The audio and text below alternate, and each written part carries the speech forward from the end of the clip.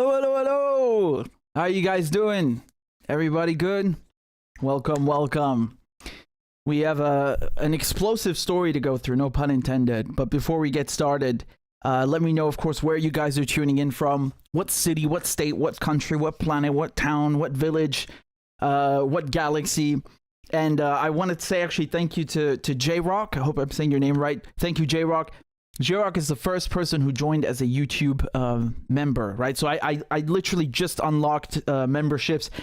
As far as I can tell, you just get a bunch of emojis, right? So these are basically their monthly donations. It's that simple, right? Again, all my work is free, and if you want to support, thank you very much. Apparently, you get cool emojis and stickers, so just let me know what kind of things you want. And definitely, J-Rock, you will get a crab dance in a bit. Look at all these countries and places. Goddamn, look at the list, man. We've got Norfolk in the UK. We've got Argentina, Vienna, Barcelona, Luxembourg, Brazil, Indiana, Scotland, Pennsylvania, Australia, bottom of the Baltic Sea. What's up, Nordstream?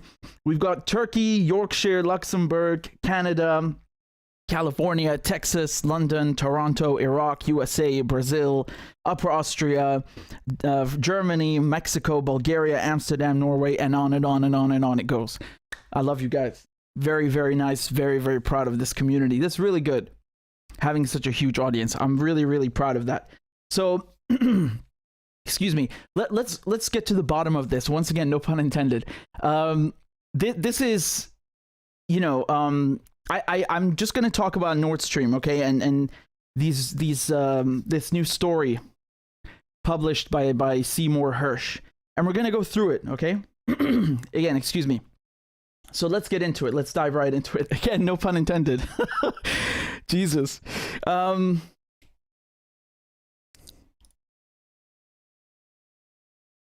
let's talk about Nord Stream 2. Who blew up Nord Stream 2? Who blew up the Nord Stream pipelines?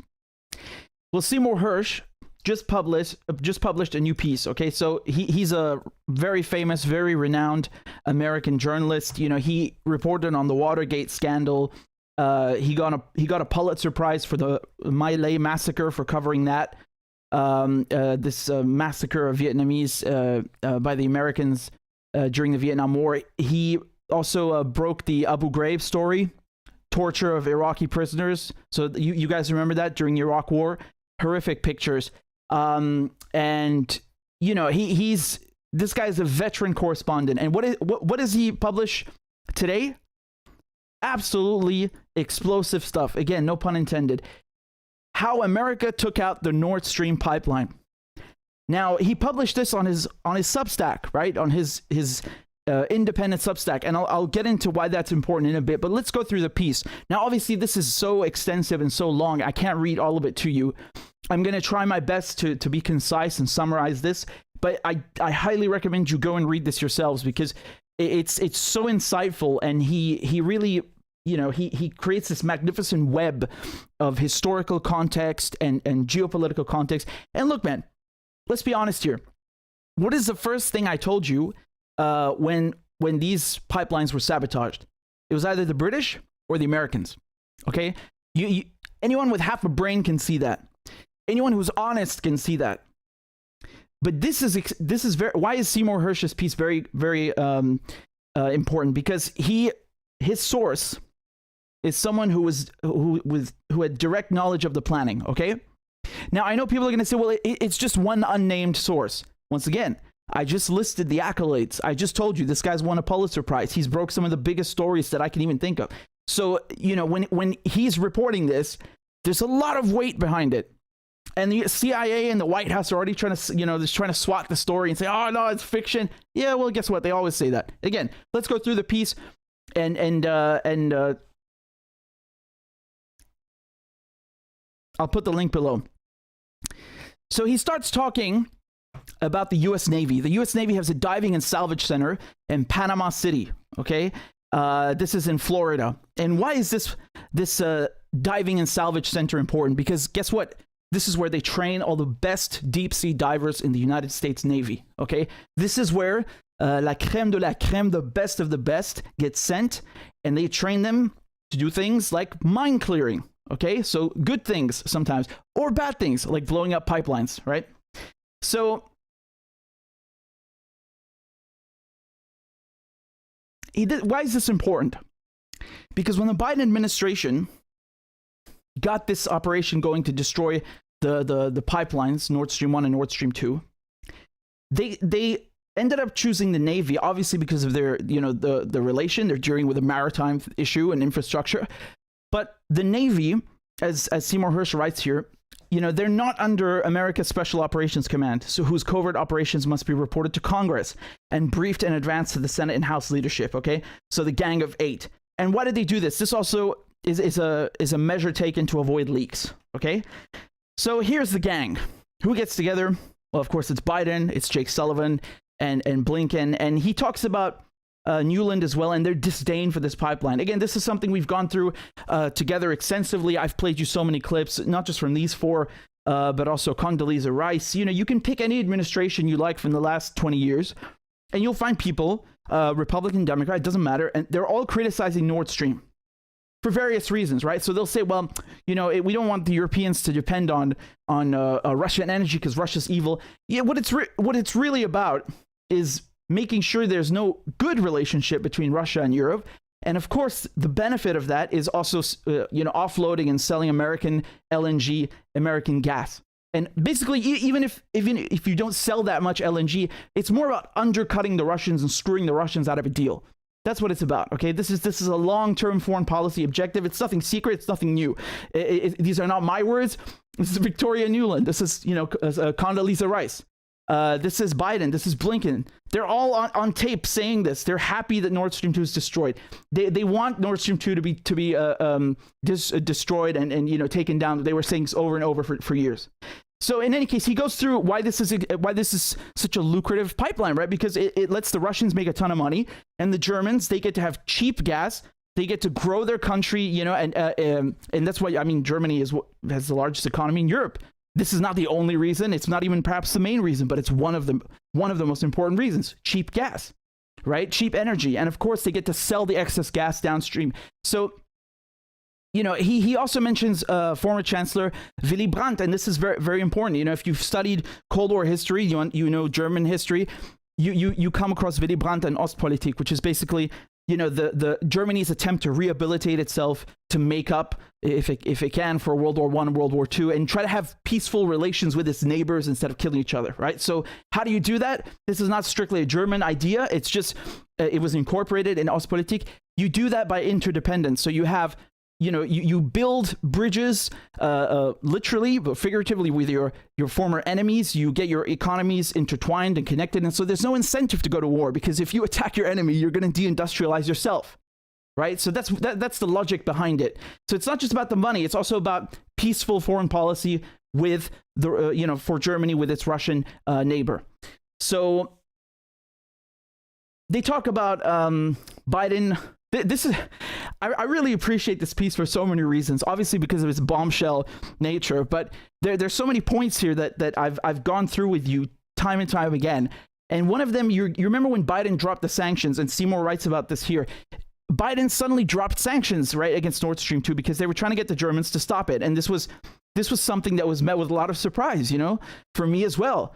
And now I joked about this a few weeks ago. We know why, right? That's why they dropped the sanctions, because they knew, okay, talking's not going to work to convince the Germans to stop this pipeline. Diplomacy is not going to work. Let's just blow it up. That's why they did it, right? And you might be thinking, well, hold on. They dropped the sanctions before the war. Why would they do that before the war? They blew up Nord Stream 2 to punish Putin for invading Ukraine. But here's the thing, man. Here's the thing. Seymour's source, okay, so Hersh's source, who again has direct knowledge of the planning, says that they were planning this before the war started. They've been doing this for months. So in December of 2021, 2 months before the first Russian tanks rolled into Ukraine, Jake Sullivan, so that's Biden's national security advisor, convened a meeting of a newly formed task force, men and women from the Joint Chiefs of Staff, the CIA, and the State and Treasury departments, okay? So, these are basically the players involved in discussing what to do. So this is December. So he talks about what they were discussing, and can they do sanctions? Can they do things that are reversible, that can be undone, or are they going to do something that cannot be undone, like blowing up the pipelines? And Over the next several meetings, the participants debated options for an attack. The Navy proposed using a newly commissioned submarine to assault the pipeline directly.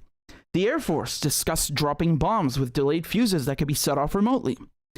The Central Intelligence Agency argued that whatever is done, it would have to be covert. Yes, I assume they'd say that. Everyone involved understood the stakes. Quote, "This is not kiddie stuff. If the attack were traceable to the United States, it's an act of war." So that's it. That's Hersh's source. It's an act of war. You're damn right it is. You're damn right it is. So William Burns, head of the CIA, he quickly authorizes an agency work group whose ad hoc members included by chance someone who was familiar with the capabilities of the Navy's deep sea divers in Panama City. We go back to the salvage and diving center, right? So this deep sea diving school for the best that the Navy has to offer. And so over the next weeks, members of the CIA's working group began to craft a plan for a covert operation that would use deep sea divers to trigger an explosion along the pipeline. And he goes through here, he gives an historical example of when they used deep sea divers to unearth a cable that the Russians were using to communicate with each other. And again, it's very interesting. That's why I say you should go read it. That was, by the way, it's Ivy Bells is the operation. Hersh continues, still the interagency group was initially skeptical of the CIA's enthusiasm for a covert deep sea attack. There were too many unanswered questions. The waters of the Baltic Seas were heavily patrolled by the Russian Navy, and there were no oil rigs that could be used as cover for a diving operation. Would the divers have to go to Estonia, right across the border from Russia's natural gas loading docks, just to train for the mission? It would be a goat fuck, the agency was told. Throughout all of this scheming, the source said, some working guys in the CIA and the State Department were saying, do not do this. It's stupid and will be a political nightmare if it comes out. That's the only, the only sense I've seen so far. So in early 2022, remember, that's before the war, the CIA working group reported back to Sullivan's interagency group. We have a way to blow up the pipelines, they said. And here, again, this is very important. He talks about those two moments that I've highlighted over and over and over again with you. When Biden is standing next to Schultz, you remember, I think it's particularly potent, not just because of what he says, but because he's standing next to Schultz. And there's this journalist who, she's saying like, how are you going to block Nord Stream 2? It's a German and a Russian project. And then he says, oh, don't worry, we're there will be no Nord Stream 2. I'm paraphrasing, but that's basically the message, And it really shows you who's in charge, who's wearing the pants. Schultz is standing next to him like an idiot. He's not running his own country. It's Biden who's calling the shots, or let's say Uncle Sam. So Newland also says that, if Russia invades Ukraine one way or another, Nord Stream 2 will not move forward. I mean, again, they make it seem like it's something, it's contingent upon a Russian invasion. But remember, they canceled the pipeline 2 days before the war started, and they've been planning this since December. So, and like I said, for decades, they're saying we want to get rid of this thing. So does it really have anything to do with the war? Is it really only because of that? No, there are many other reasons, and the war was a good cover for them. Now, several of those, so Hersh writes, several of those involved in planning the pipeline mission were dismayed by what they viewed as indirect references to the attack. Quote, it was like putting an atomic bomb on the ground in Tokyo and telling the Japanese that we are going to detonate it, the source said. The plan was for the options to be executed post-invasion and not advertised publicly. Biden simply didn't get it or ignored it.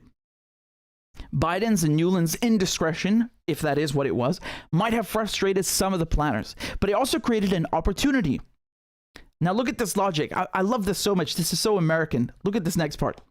According to the source, some of the senior officials of the CIA determined that blowing up the pipeline, quote, no longer could be considered a covert option because the president just announced that we knew how to do it. The plan to blow up Nord Stream 1 and 2 was suddenly downgraded from a covert operation requiring that Congress be informed to one that was deemed as a highly classified intelligence operation with U.S. military support. Under the law, the source explained, there was no longer a legal requirement to report the operation to Congress. All they had to do now is just do it. but it still had to be secret. The Russians have superlative surveillance of the Baltic Sea. This is so goddamn American. Well, you didn't explicitly say I can't do it, so I'm going to do it, right? So this is how they work with contracts. They'll screw you out of something. Like if you don't specifically write something down in black and white, they will just they'll wiggle out of it and just go around it. It's so American. It just over and over. You see this in treaties, you see this in agreements, you see this in contract. They're always the same crap.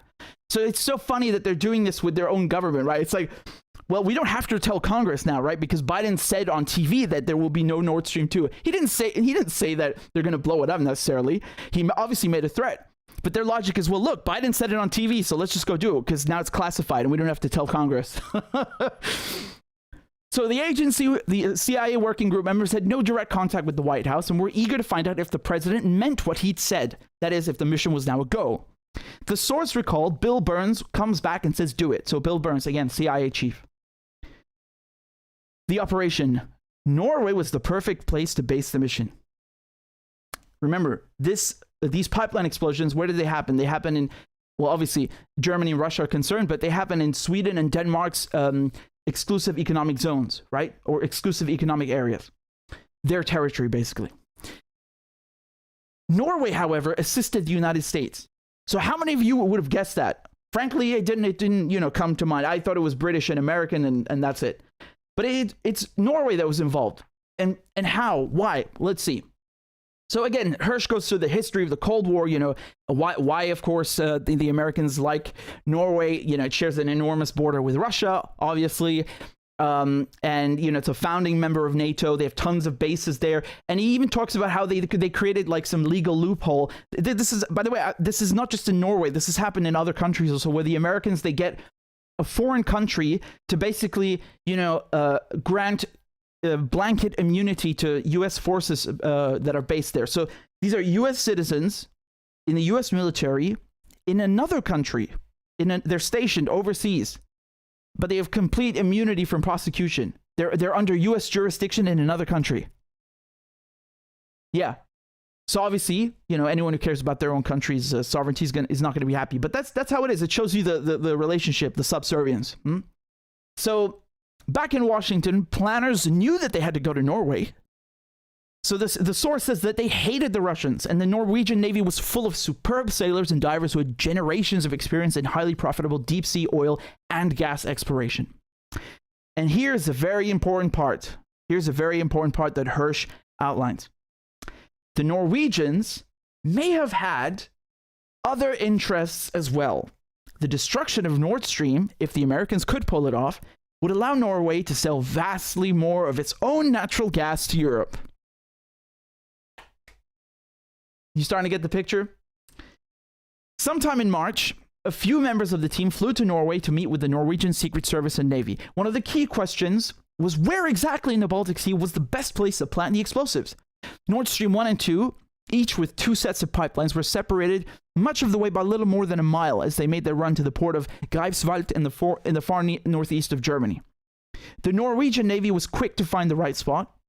In the shallow waters of the Baltic Sea, a few miles off Denmark's Bornholm Island. The pipelines ran more than a mile apart along a seafloor that was only 260 feet deep. That would be well within the range of the divers who, operating from a Norwegian Alta-class minehunter, would dive, and then they would plant C4 charges on the four pipelines with concrete protective cover. So C4 is a widely used plastic explosive. It's very, very powerful. So here you can see the Bornholm Island. Okay, so it's magnified over here. We're talking this area. I don't know how well you can see that, but it's really, really close to the pipelines. Yep. After a bit of research, Hersh writes, the Americans were all in. At this point, the Navy's obscure deep diving group in Panama City once again came into play. So he says that the best divers with deep diving qualifications are tight community, and only the very best are recruited for the operation and told to be prepared to be summoned to the CIA in Washington. So now they talk about, well, how are they going to pull this off? Because, okay, this is physically speaking, off of Bornholm, this is the right place to do it. It's not too deep for the divers. The current is not that strong, so it's not too risky. But what about covering it up? How do you pull it off without the Russians noticing? Because obviously, you know, the Russians, they have very good surveillance. There's a lot of maritime traffic in the area. So how do you get in and get out without the Russians noticing? And here's where the Norwegians, they propose an idea as well, right? So the Norwegians said that they should use Balt Ops. So Balt Ops is basically Baltic operations. So it refers to a NATO exercise that they've been doing for 2 decades in the Baltic Sea every year in June, right? And the Norwegians proposed this would be the ideal cover to plant the mines. And I want to tell you something, because when Nordstream and 1 and 2 were sabotaged, do you guys remember what I showed you? I showed you a couple of things. One of them was the Royal Navy, the British Royal Navy, doing exercises in the Baltic Sea. And I also showed you this. I talked about Balt Ops, about NATO doing these training exercises. And there was also talk of how they were using these UUVs. So, you know, as opposed to a drone in the sky, an unmanned aerial vehicle, these were unmanned underwater vehicles, right? So the funny thing is that they were even writing this crap on their own websites, right? Like that's what's so funny. And interestingly enough, Seymour, he links to the same thing that I showed you. This is on the Navy's own website, U.S. Navy. So they're talking about how Balt Ops was a perfect opportunity for research and testing new technology. And here they talk about the unmanned underwater vehicles, right?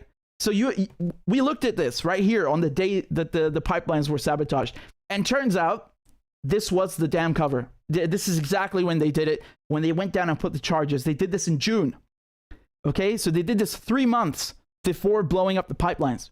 3 months they waited. Yeah. 3 months. So Hersh continues, it was both a useful exercise and ingenious cover.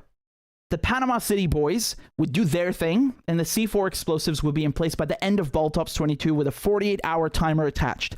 All of the Americans and Norwegians would be long gone by the first explosion.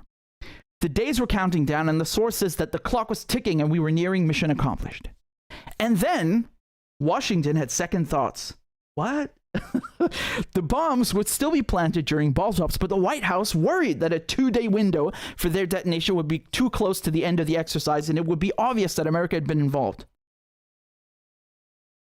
Well, you waited 3 months, and it was obvious you were involved, so, you know, I don't know if that made much of a difference, but instead, the White House had a new request, Hersh continues. Can the guys in the field come up with some way to blow the pipelines later on command? Some members of the planning team were angered and frustrated by the president's seeming indecision. The Panama City divers had repeatedly practiced planting the C4 on pipelines as they would during Balt Ops, but now the team in Norway had to come up with a way to give Biden what he wanted, the ability to issue a successful execution order at a time of his choosing. So again, he draws some great examples here of how, you know, during the Vietnam War, Johnson and the CIA, you know, they serve it at his pleasure. And this is kind of the same thing where the CIA is just doing everything it can to serve at Biden's pleasure, right? Or Newland's pleasure, whatever whatever you like. So here's how they did this, okay? Are you interested to know how they did this? How they activated the bombs, how they detonated them? So the C4 attached to the pipelines would be triggered by a sonar buoy dropped by a plane on short notice, okay? So basically, this is something they would drop from a plane, and it would issue a very specific, I don't know, it's like a sequence of tones, basically, right? But they have to be unique, because remember, you're talking about the Baltic Sea, so you know you've got the underwater sounds, the sea life, you've got the maritime traffic, you have the radio noise, and all sorts of other interference. So you don't want something accidentally activating these bombs. It has to be very, very specific. And the longer you wait, obviously, the higher the risk that something, just by chance, just by coincidence, makes this exact sequence or something close enough to detonate the bomb. So, they were worried about this. This is what he explains in the article. So once in place, the delay timing devices attached to any one of the 4 pipelines could be accidentally triggered by the complex mix of ocean background noises throughout the heavily trafficked Baltic Sea, from near and distant ships, underwater drilling, seismic events, waves, and even sea creatures.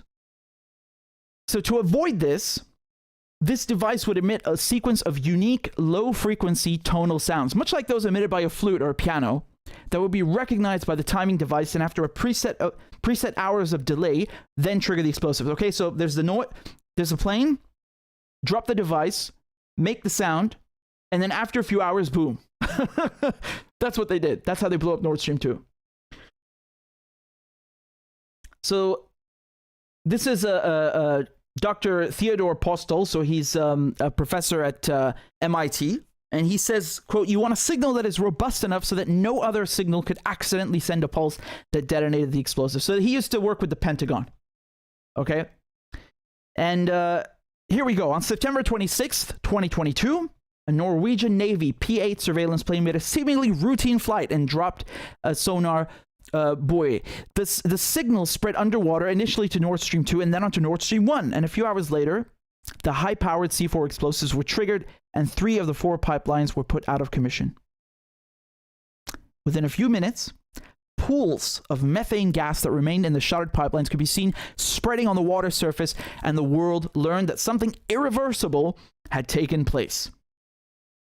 So here he goes into the hysteria, like, you know, oh, this was Russia, right? The New York Times wrote, this was Russia. Was it? Yeah, it must have been Russia, right? Because, you know, it's very rational for someone or a country to invest billions of dollars and then just blow up something for, you know, especially when it's not even using it. There's no more gas going through. You know, one minute, oh, Putin is not giving us gas. He's trying to starve Europe and, you know, freeze Europe. And then, oh, he blew up his pipeline as well, where no gas was coming through.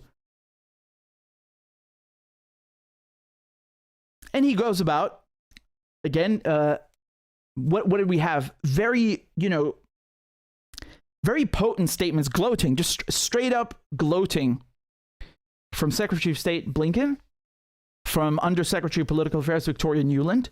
And you guys remember, this is just last week where Victoria Nuland is saying that she's happy, like Ted Cruz, she's happy that Nord Stream 2 is nothing but a what is it, a hunk of scrap metal at the bottom of the ocean or something like that? Yeah, a hunk of metal at the bottom of the sea. She's so happy. And then what did Blinken say? He said, oh, it's a tremendous opportunity. Yeah, I bet it is for you in Norway. You gotta sell that gas, right? You gotta sell that gas. So Hersh's source says that, I gotta admit, Biden has a pair of balls. He said he was going to do it, and he did it. The only flaw was the decision to do it. Well, that's quite well said. Again, I don't know if it's you know, I don't know if it's just Biden. Obviously, you know, you got Nuland, who's you know, like some puppet master behind her. You know, she's been running the show for a while. She is heavily involved in Ukraine, right? You remember when she said screw the EU? She was on that phone call that leaked. Anyway. This is an explosive story. And again, I know there are people who are already trying to tear this to shreds, right? Including the White House. So let's take a look. Okay, let's take a look.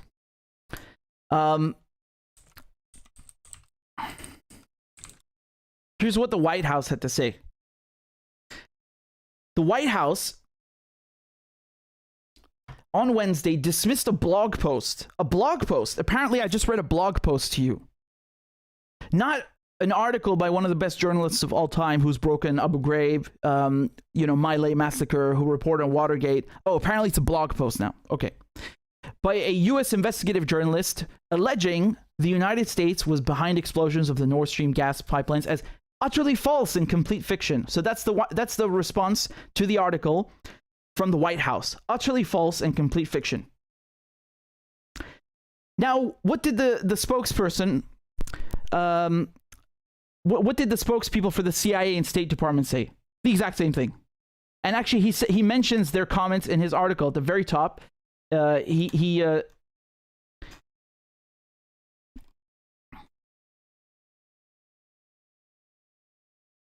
So asked for comment. A spokesperson for the CIA wrote that this claim is completely and utterly false. Well, you would say that, wouldn't you? Because you always do this.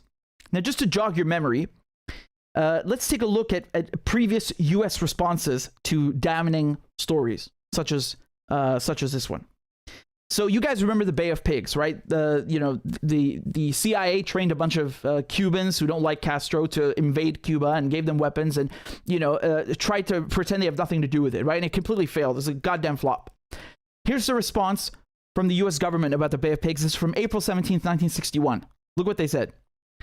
Secretary of State Dean Rusk said today the anti-Castro invasion of Cuba was not staged from American soil, but that the US is sympathetic with the aims of those participating.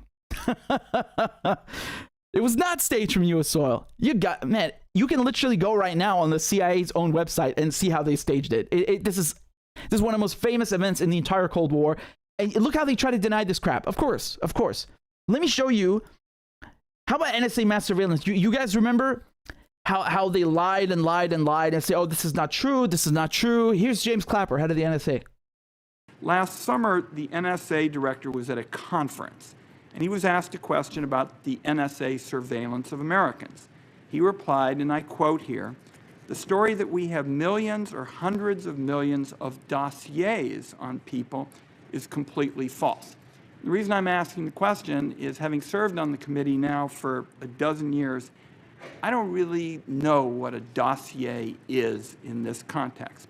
So what I wanted to see is if you could give me a yes or no answer to the question, does the NSA collect any type of data at all on millions or hundreds of millions of Americans? No, sir. It does not. Not wittingly. There are cases where they could inadvertently, perhaps, collect, but not wittingly. All right. Did you see his reaction? He's like, it does not. You're sure? That was so funny. I've never seen someone look so nervous when they lie. Like that's every time I picture someone nervous when they're lying, it's James Clapper. No. Like a child. Like a goddamn child. So you can see how the White House are denying this. They're liars. They always do this. This is their default response. And there's precedent, right, of them doing this with things that we know to be true, that we have confirmation are true, and which at the time they denied. And once again, Seymour Hersh and his accolades, they speak for themselves. They speak for themselves. And one more thing that I would add is that we only know for the moment this much. Okay, so for now, we know it was Norway and the United States. Once again, we knew the US was involved. Anyone with half a brain knew that. It's nothing but sheer dishonesty or stupidity to say otherwise. This is just, you're delving into fairy tales when you say, oh, it was the Russians who blew it up. No, they didn't. They just didn't. What I wanted to say is that it could be later on that there are disclosures of British involvement, for example. And it wouldn't be surprising because, we practically invented this shit. We invented this shit, this kind of sabotage. The first special forces in the world are British, Special Air Service in World War II. Paint the Jeeps pink because that's the best camouflage in the desert. Drive into German airfields with a .30 caliber, fucking mow down all of these Stukas and destroy the airfield and get out. Dam busters, right? Germans, they had these nets underwater to protect their dams from torpedoes. So you can't drop a torpedo from a plane or a submarine and have it hit the dam, and it just won't work. So we invent the skipping barrel bomb, right? You spin the barrel, open the bomb doors, let it go, and it jumps. When you throw a stone on a pond and it skips, you have a stone that skips. Same principle, but with a bomb. And actually, it's really sad and tragic because the majority of people who died were Soviet prisoners of war who were on the same side. But it worked. It's ingenious technology and dealing with sabotaging civilian infrastructure. And of course, at that time, it wasn't considered civilian because it's being used by the goddamn Nazis. So, different circumstances. But this is, these are just a few examples of classic sabotage and ingenuity going into all of this. So I'm still partly convinced that the UK had something to do with this. I don't know what. Maybe Seymour Hersh will enlighten us once more. Maybe we will have further disclosures. If you know anything, by all means, come forward. But seriously, I wouldn't be surprised. I really would not be surprised. You can see also the eagerness to get involved and do things like this, right? And when it comes to the Crimea Bridge, you know, there was also, we know that they were using the grain corridor to do that, the SBU, but there were also whispers of, British involvement. Again, would not be surprised whatsoever. Not one bit. We invented this crap. Okay? The art of sabotage. So, I mean, the ramifications of this are absolutely, you know, astronomical. This is an act of war. This is an act of war. And I want to speak very clearly to you guys. I want to speak very, very clearly. No matter what your opinion is on Ukraine, whether you agree with Russia, you don't like Russia, you know, you support Ukraine, blowing up the Nord Stream pipelines is a completely different beast. This is civilian infrastructure. This is infrastructure that was meant to enhance ties between Russia and Europe. It was giving Germany cheap gas, and you know, Russia was getting very good returns in exchange. So it was a win-win for everybody, right? The media know who blew up Nord Stream. They all know that the United States blew up Nord Stream. Anyone with half a brain knows it was the United States. Who is capable of doing these things? Very, very few states are capable of doing this sort of sabotage. Who has the motive to do this sort of thing? Again, it's maybe the US and the UK. That's who comes to mind. And it was the US. The gas was already turned off. So you're going to come here and tell me Putin is going to blow up his own pipeline that he's not using. Russia's going to blow up their own pipeline, which they own 51% of. They are the majority stakeholders. They spent billions and billions to build this pipeline. Nord Stream 2 was never even turned on. They never even turned it on because they canceled it. The Germans, at the behest of the United States, canceled it 2 days before the war. Okay? They say, oh, well, if Putin invades, there will be no Nord Stream 2. They were planning this before there was any invasion. They were planning this for months, and they've been saying for years, we don't want Nord Stream 2. Condoleezza Rice saying, you don't want Nord Stream 2 because that gives Russia power, and we want you to buy American gas, right? They've been criticizing this publicly for years, Republican, Democrat, every administration. We don't like Nord Stream 2. And then Biden and Newland made those threats. And then after they blew it up, Blinken is celebrating. Oh, this is a tremendous opportunity. Yeah, you're damn right, for you. And Newland, oh, it's a hunk of metal at the bottom of the ocean. Yeah, I know you're giddy. I know. So, you know, Russia is competition for Norway. You understand? Norway wants to sell gas, so they help the Americans. Norway doesn't like Russia. Norway's in NATO. They share a border with Russia. They were basically a perfect launching pad for the Americans.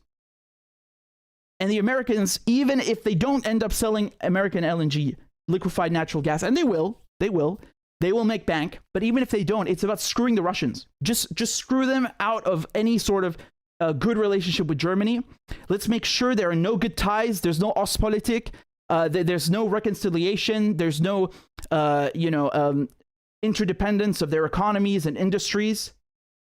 Let's make sure that the Russians are isolated and the Europeans are under our control, right? Divide and conquer, straight up divide and conquer, the same goddamn thing. And you know, they say it wasn't us, right? The CIA say, oh, it wasn't us. The White House, oh, it wasn't us. They always say this. They always say this with the NSA mass surveillance, with Watergate, with the Bay of Pigs, with the My Lai massacre, with Abu Ghraib. They always come out with these lies, and then we know for sure it was them. And by the way, speaking of the My Lai massacre, it was Hersh, Seymour Hersh, the guy who published this article right now about Nord Stream 2 being sabotaged by the Americans in Norway. He's the one who broke the story about the My Lai massacre. He got a Pulitzer Prize for that. This guy's an award-winning journalist. He's considered one of the best. The Abu Ghraib story, he also broke that. Horrific torture, right? And so now, you know, they're calling this a blog post. A blog post? What is this, some fucking teenager writing a poem? This is Seymour Hersh. He's a journalist, and just because he published it on Substack, they don't like that, because these people who went to journalism school and think they're hot shit, you know, they don't like when people are doing better work than them and independently, because they don't need to go and work at the crappy, places that they work and have editors pecking on their heads and telling them what to write and telling them what not to say. They're independent.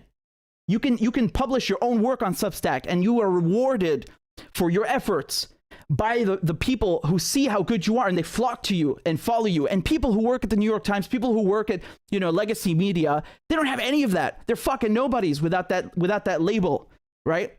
They're nobodies. So they hate independent outlets like Substack. This is an act of war. Nord Stream being blown up is an act of war. I'm sorry, but there's no other way to look at it. Whether you agree with Russia or you hate Russia, it doesn't matter. It's an act of war from an international a geopolitical perspective, from a logical perspective. This is an act of war. If someone blew up 2 American pipelines, they would fucking nuke them the next day. They would get nuked the next day. So why does it become okay for a German? Again, this is a German-Russian pipeline. It's based in Switzerland.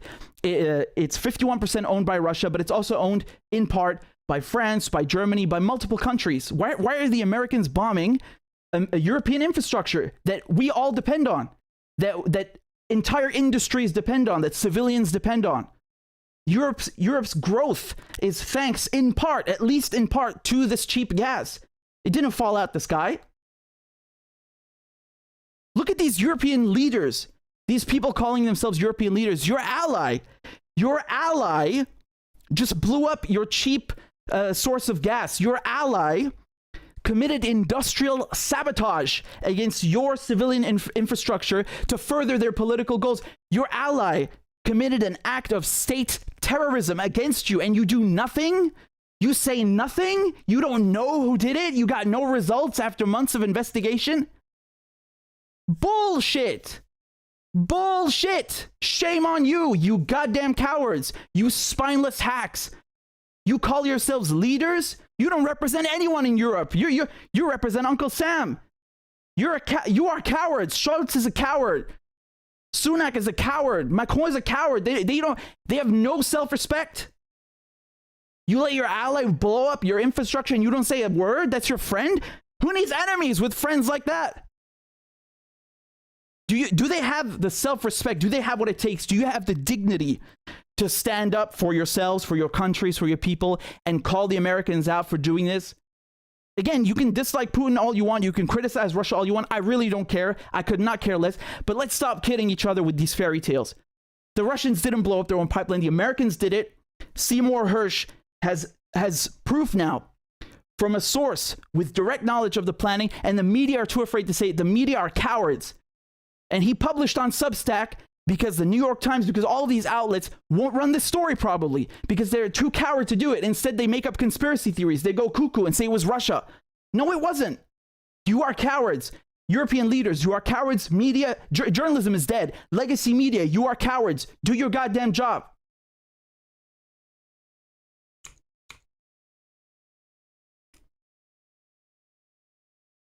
This is ridiculous, man.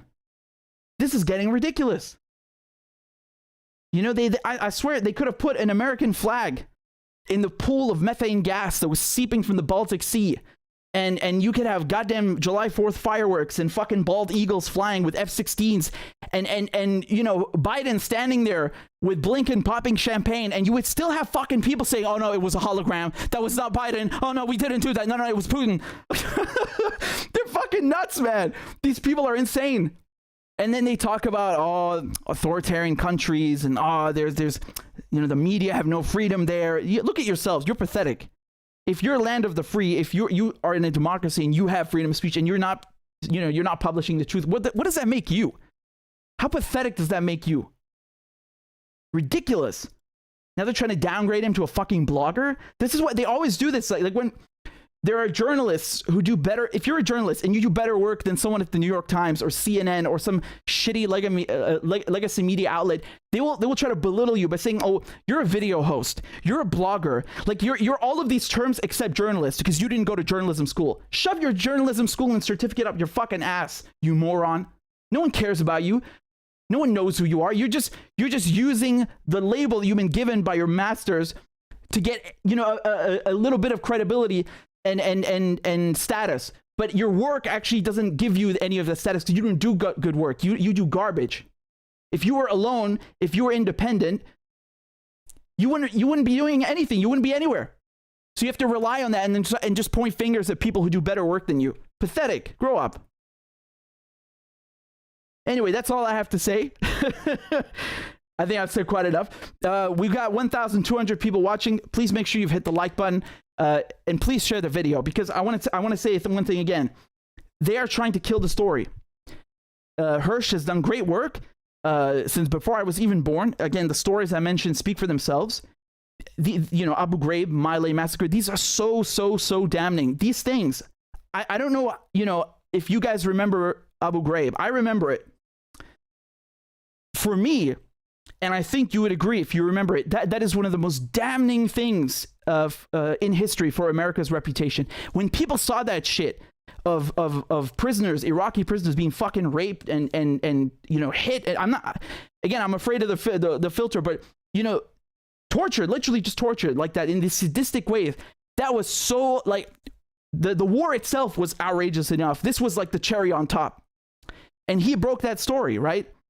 And correct me if I'm wrong, I think with Miley massacre, which is again very damning, because these two are important. They show how the United States does not help civilians overseas. They don't win hearts and minds. They're killing people, and they're doing it sadistically, right? Not everybody, of course, but it's enough to make it bad, right? Enough to show that the smoke and mirrors about, we got to contain communism. Oh, we got to disarm Saddam. It's all nonsense. It's all rubbish. There's nothing you can say that allows this kind of behavior. So he published them, and I don't think this is someone who would write something as serious as this without any weight behind it, without knowing absolutely that this source can be trusted. And I want to say one more thing. In all of these legacy media outlets, look how many stories they publish with, and still publish with, unnamed intelligence officials. Every goddamn day, you can make up anything you want. Say an unnamed intelligence official told me. And most of the time, it's a lie. It's mostly a lie. The stories are planted. The journalists are idiots, or they want to make something up and they just ask for something that might, fit the story. That's not what's going on here. This is serious journalism. This is serious work, and it's very, very commendable. And again, it confirms what we already knew, but it had to be confirmed. And mark my words, you are going to see more and more proof coming out for this. This is undeniable. So I just want to say thank you to you guys for, give me a second. Some of you sent some donations. Let me just read the notes out to you. 1 second. And thank you for joining. So I think we already got a couple of members. We got Rashid and J-Rock. I'll play a crab dance for you guys in a second. You guys are very kind, and tell me what you want, what emojis or funny things you want in the membership, and I'll put it in. So Dante said, we know all this, but what can we do about it? I'll tell you what we can do about it. Do you remember what Scott was saying on my show a few days ago, Scott Ritter, where he was saying, like, the European countries that are giving weapons to Ukraine, and the idea is not that it's going to Ukraine. The problem is that it's going against Russia, and Russia is a nuclear armed country, and not a country you want to mess with, especially if you're next door. And he said, you got to get out on the streets. You got to protest. You got to make your voice heard. Just shrugging and say, oh, well, I can't do anything. It's not good enough. It's not good enough. And even just talking about this story here is important, because I've raised this point many times with you, how it's silent. It's silent. This is one of the biggest acts of terrorism and sabotage that I can think of in recent history in Europe, and no one cares. It's like it just disappeared from the news. Like there are farts of stories that have stayed and lingered longer in the news than this. This is ridiculous, and that shows you their malicious intent to sweep this under the rug. Let's not talk about it. Let's not rock the boat. We'll just say we don't know, right? We don't know. Oh, you know. Oh, you know damn well you are just a coward. You Scholz and all of these European leaders, you are cowards. Stand up for yourselves. Confront Uncle Sam. This is unacceptable. I don't give a fuck what relationship there is with America. It's not worth it. You can't allow this. This is you're being pushed around. It's pathetic.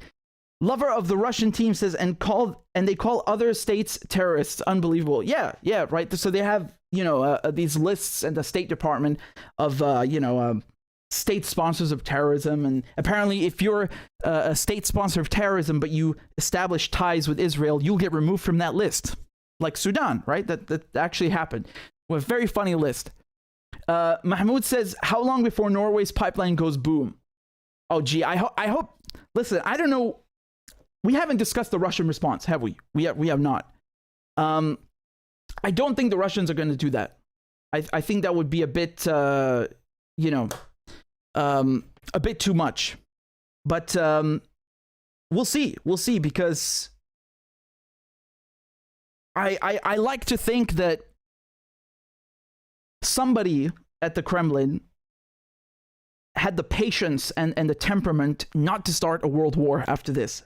And I hope that's true, because that means there are, people with brains and adults in the room. So the fact that they didn't escalate after that, and I don't know how they did that, because I don't think most people would be able to just sit back and watch this kind of sabotage and do nothing. I personally would find that very hard.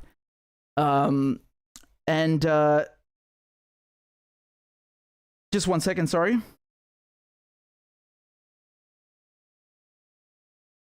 So I don't know if you're suggesting that the Norwegians are going to get some payback from the Russians, but I doubt it. I don't know. Mahmoud also said that, are people really shocked that Russia didn't blow up its own pipeline after spending billions on it?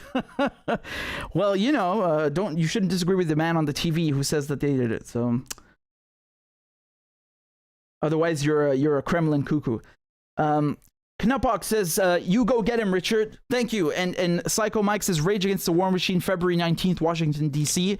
Dante says, oh, I already read that one. Thank you again, guys. And there's also a super chat from Zoran. So, again, I promised you guys, if you sign up for the YouTube membership, I will play a crab dance. So I owe you guys a crab dance. Thank you guys very much. Here we go. Clap for that, you stupid bastard. And Corn Pop was a bad dude. And he ran a bunch of bad boys. Listen, fuckhead, you have fucking crossed the line.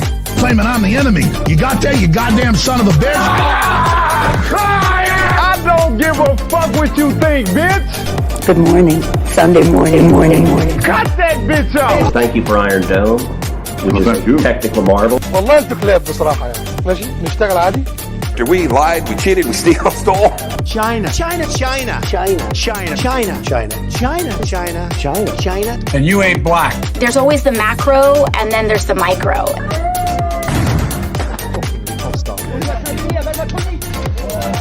Do not come. Do not come. I'm gonna come. You talking to me? Ladies and gentlemen, I'll have 2 number 9s. The number 9 large. we got him. I told myself, I know it's not. I've fallen, and I can't get up.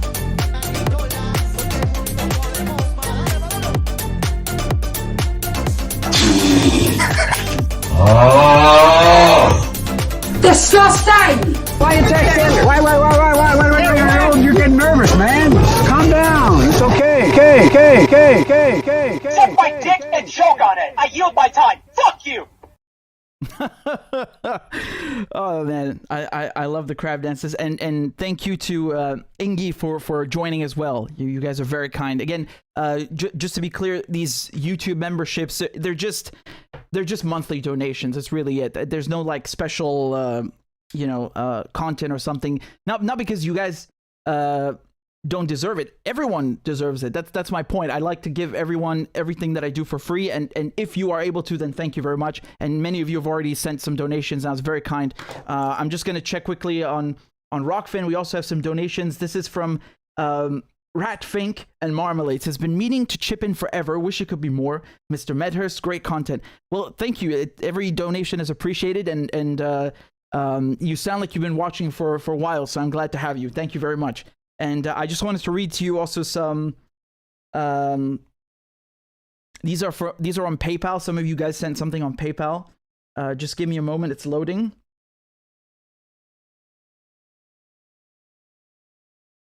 This is from Gabriel. It says chip in for journalism. Thank you, Gabriel.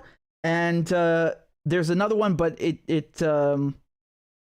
the hell is it? Oh, there we go. Okay. This is from Vahe. Thank you very much, Vahe. And we have another one here from Alona. Thank you, Alona. And thank you to Zaid. Thanks. Zaid says, thanks for the arduous work and important info and perspectives.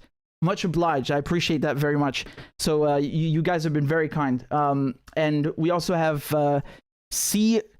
Ginkto, I hope I'm saying your name correctly, for real, who just became a member. So thank you very much. Guys, before I forget, tomorrow I'm going to be doing a show with Pepe Escobar right here. So this is 6 p.m. Paris time. If you're in Berlin, Amsterdam, Vienna, it's also 6 p.m. If you're in London, it's 5 p.m. If you are in New York or on the East Coast, it's going to be noon. And if you are in LA or on the West Coast, it's going to be 9 a.m. So set your alarm. So again, 6 p.m. Paris time tomorrow on Friday with Pepe Escobar right here. We are going to have a fucking ball. You know it. We're going to talk about everything to do with the Ukraine war, with the pipelines, the sanctions, the oil, the BRICS. You know it. Seriously, I love having Pepe on because this guy is so switched on and he gets it. You know, he's been doing this stuff for decades. I think he's one of the only people, really one of the only people who actually understands, you know, foreign affairs and international relations. He's really good. So I'm excited for that. And mark your calendars, right? Tomorrow, 6 p.m. J-Rock says, get Scott on again or the Colonel. Love those guys. Definitely. And I see many of you are saying Pepe is the man. Pepe is great. Yeah. So again, tomorrow, 6 p.m. Paris time. Again, so if you're in New York, that's noon. And if you're in LA, it's 9 a.m.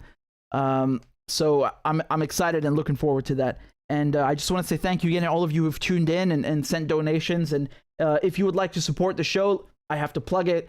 Again, there are no sponsors. You guys are the sponsors. So I depend entirely on you. These are QR codes for PayPal, CashApp, and Venmo. You just open the camera on your phone for the NSA to spy on you, and then you scan the QR code and do a donation or like a one-time thing. There it is.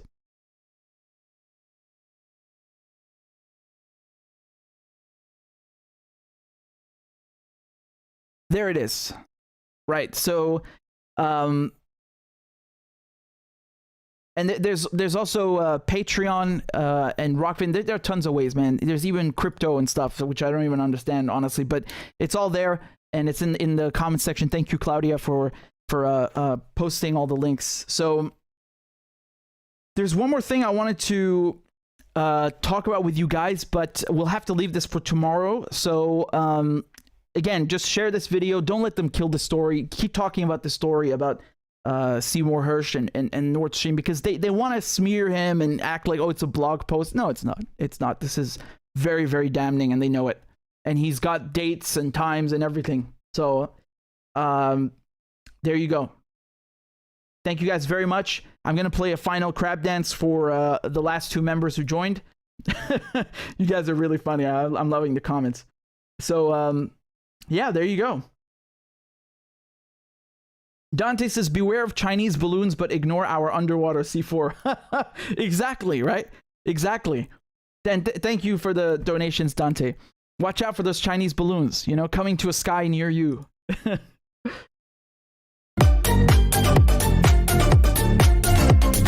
Clap for that, you stupid bastard.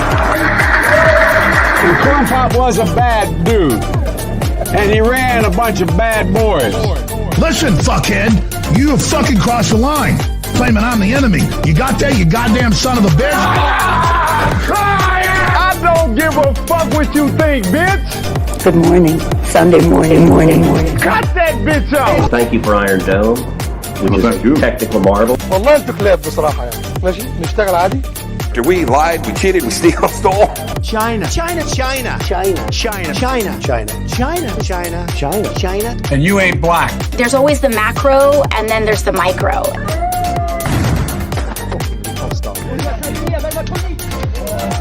Do not come. Do not come. I'm gonna come. You talking to me? Ladies and gentlemen, I'll have two number 9. Number 9 We got him. I put myself, I know it's not. I've fallen and I can't get up.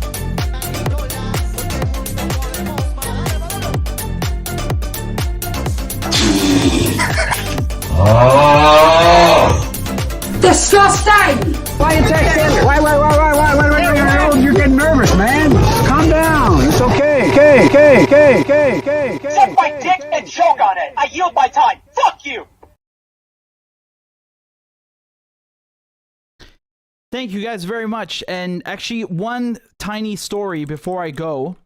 I already, you know, we already talked about this, but now it's been a few days, so I thought I'd update you on the situation with Syria. And give me a second.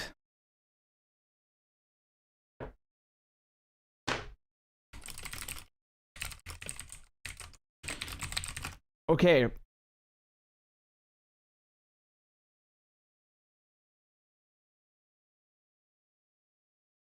So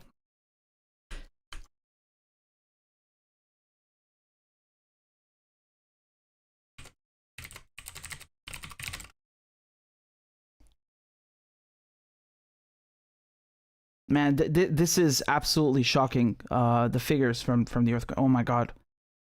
Oh my god, really, this is...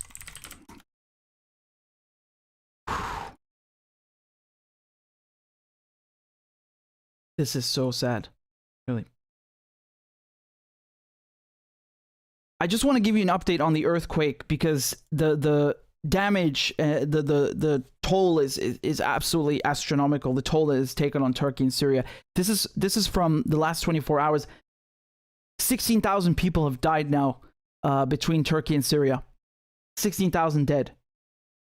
You have 60,000 injured. So in Turkey, of the 16,000 in total, 12,800 are in Turkey and 3,000 in Syria. I mean, this is absolutely heartbreaking. And I just want to show you this disgusting hypocrisy. I mean, look at how many countries have sent aid to Turkey and how many have sent to Syria. Right? I mean, it's... The earthquake didn't, you know, discriminate between the two. There's damage in both Syria and Turkey. So, you know, why are all these countries, especially the European ones, they put sanctions on Syria, so they kick Syria, they starve Syria, they destroy Syria, you know, bit by bit, they tighten the noose, and then when there's a natural disaster, which is nobody's fault, they keep the sanctions in place. It's, you know, no one is saying just please throw money at Syria, which, I mean, even if they did, it wouldn't begin to make up for the damage that's been done to Syria by Europe, by the US. But again, no one is saying just give money, just, you know, give handouts. People are saying just lift the sanctions. Just lift the sanctions. Let people breathe. Let them build. Let them recover. Let them recuperate. Let them survive. No, screw you. So we're not lifting sanctions and we're not sending you aid. Go to hell. That's the message from Europe and America to Syria. So you see, you have Iran, India, Iraq, you know, all of these countries, by the way, Iran, Russia are sanctioned. Venezuela, also sanctioned. How come these sanctioned countries are still able to provide, right? Because they're also dealing with their own problems, and they take from their own bread and give to Syria, so to speak, right? If they can do that, no one's got an excuse, especially countries that are responsible for the destruction in Syria. That's my point, right? And don't get me wrong, I'm not saying, oh, these countries shouldn't give any aid to Turkey. No, they should. But they should also give to Syria and maybe begin to make up for the sanctions, the damage, the war, you know, because a lot of countries had a hand in that. And this is unacceptable. It's so sad, you know, really the definition of kicking someone while they're down. So just a small update, you know, unfortunately, this is going to take a long time to recover from. And, you know, Aleppo suffered a lot during the war. Aleppo is way up north compared to Damascus. And it's, you know, it's the biggest city in Syria, largest population. It's not the capital, but it's like the economic hub. And it got really, really hammered during the war. They just started rebuilding it, and now again hammered by this earthquake. It's so sad, really. It's so sad. And you know, you'll have Blinken and Biden putting out these crappy statements about, oh, we've given more aid to Syria than anyone else. No, you haven't. First of all, you destroyed Syria. You were all there with Obama when he started this crap, and then, you know, Trump continued, and now you're back continuing Trump's work and Obama's work, or destruction, I should say. And the aid that they send to Syria, guess what? It goes through Turkey, right? So this has always been the case. Before the earthquake, any aid that goes to Syria has to go through Turkey. Why? Turkey's in NATO. And Turkey is letting all of these foreign fighters come in who end up with Al-Qaeda, is letting all of these weapons come in, is buying all the oil that's stolen by Al-Qaeda. And, it, you know, they've turned a blind eye to it and let this, you know, and enabled this. And the reason the aid goes through there is because the United States and the EU, they want to isolate Damascus, right? So basically, one of their avenues in order to isolate the Syrian government is to just cut it off completely from UN aid. And this is always a hot issue. There's a lot of contention, especially from Russia, because Russia is a permanent member in the UN Security Council, about this. That no, the real government is in Damascus. The aid should go through Damascus. Why is it going through the northern of Syria in Idlib, which is completely, like a Wild West? It's complete chaos. So, the areas that are under Turkish control in Syria, that are occupied by Turkey, the areas that are under, Al-Qaeda's control, Hayat Tahrir al-Shams, HTS, it's Al-Qaeda. The areas under US and Kurdish control, they're not sanctioned.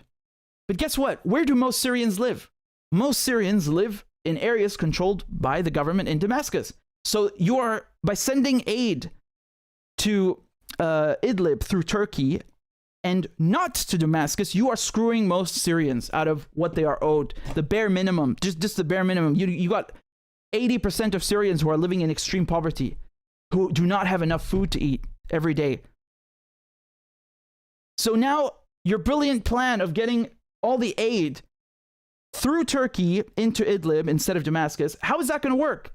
Turkey, especially in this region, in this area, so the southern border, the border with Syria, is in chaos. It's been destroyed by the earthquake.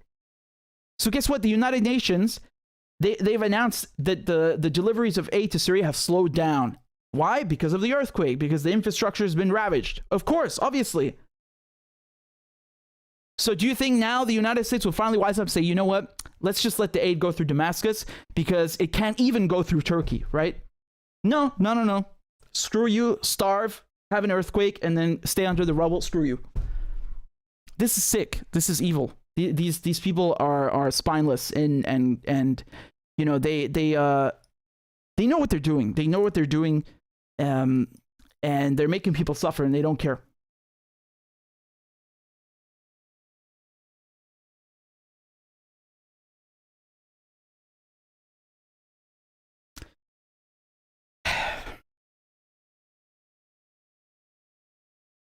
Again, thank you guys very much for tuning in. I'll see you tomorrow at 6 p.m. Paris time. That's noon EST and 9 a.m. on the West Coast. Thank you for tuning in, guys. Thank you for supporting the show. I'm grateful for all your donations and for all the new members on YouTube. So, see you tomorrow. Take care. Ma'as-salama. Bye-bye.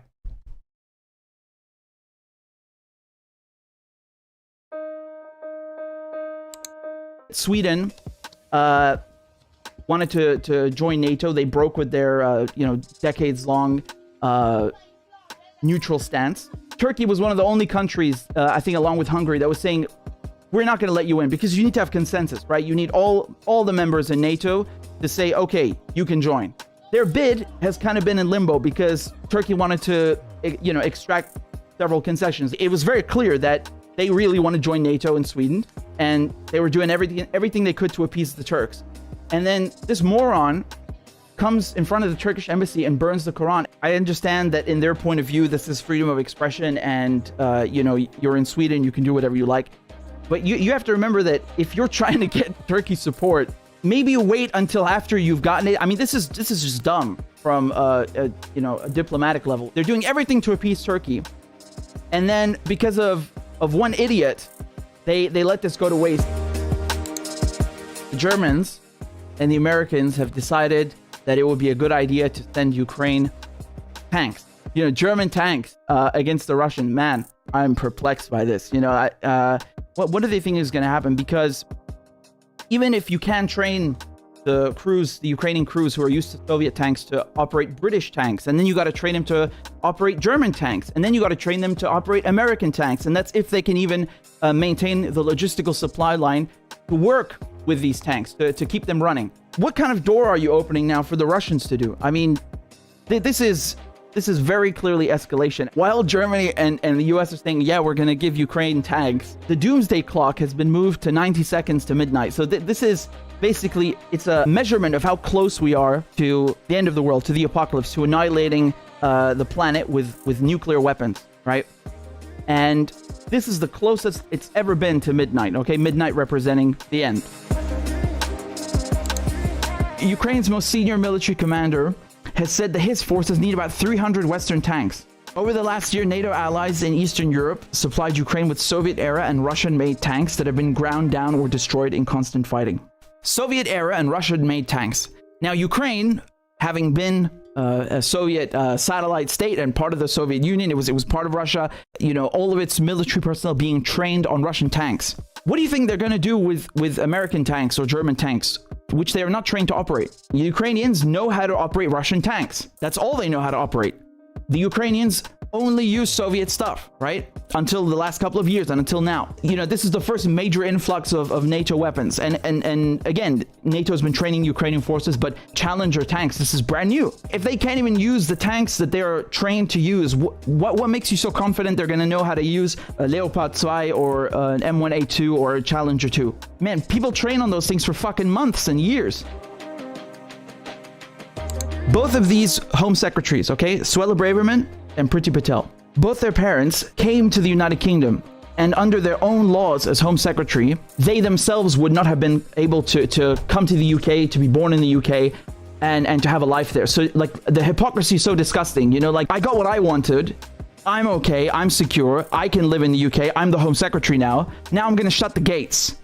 Now I'm going to screw people that have literally nothing, that are so desperate they're, you know, risking drowning in the Channel or the Mediterranean Sea. People have to resort to risking drowning. They have to resort to, you know, hiding in trucks or swimming across the Channel, if everyone's ever done that, you know, crossing the Channel because of her policies, because she forces people into doing that, right? So you literally have no choice. You have to be in the UK to begin the application. But what are people supposed to do? Just teleport, you know, for 5 minutes, write down the form and just get out of the UK? This is ridiculous. She's a liar, just like the one, you know, her predecessor, Priti Patel. Why is Germany reluctant to give the Ukrainians tanks? That's a really tough one. I wonder why. Germany has long refused to send its most potent weapons to countries in conflict, a byproduct of its legacy of starting World War II and World War I. That's horse manure, because Germany does send weapons. You know, Saudi Arabia is one of them. So to get around this, the trick that they use is they don't sell the tanks and the ordnance directly to Saudi Arabia. They move it to Italy and then they sell it to the Saudis. So they basically just insert a middleman, and that's how they get around this very, you know, honorable principle of theirs, which they never abide by. You know, if you go and you look up the Yemen war, I mean, you're going to see weapons from fucking everywhere. You know, the Canadians have been selling weapons and making money. Britain, the US, Australia, everyone. And the Germans are no exception. So I mean, the idea is true, but they fucking send weapons. They goddamn do. They do. Do you see how they move like snakes? Do you see how they move like snakes? Get the media to whisper in your ear, oh, don't go on strike. No, don't strike. It'll cripple the economy. Oh. No, it's not, you know, like giving the army 800 billion to fucking bomb, you know, 20 countries. That's okay. That money, we can spare that. But if you go on strike where, oh my God, we're going to lose like 2 billion a day, well, we can't afford that. You know,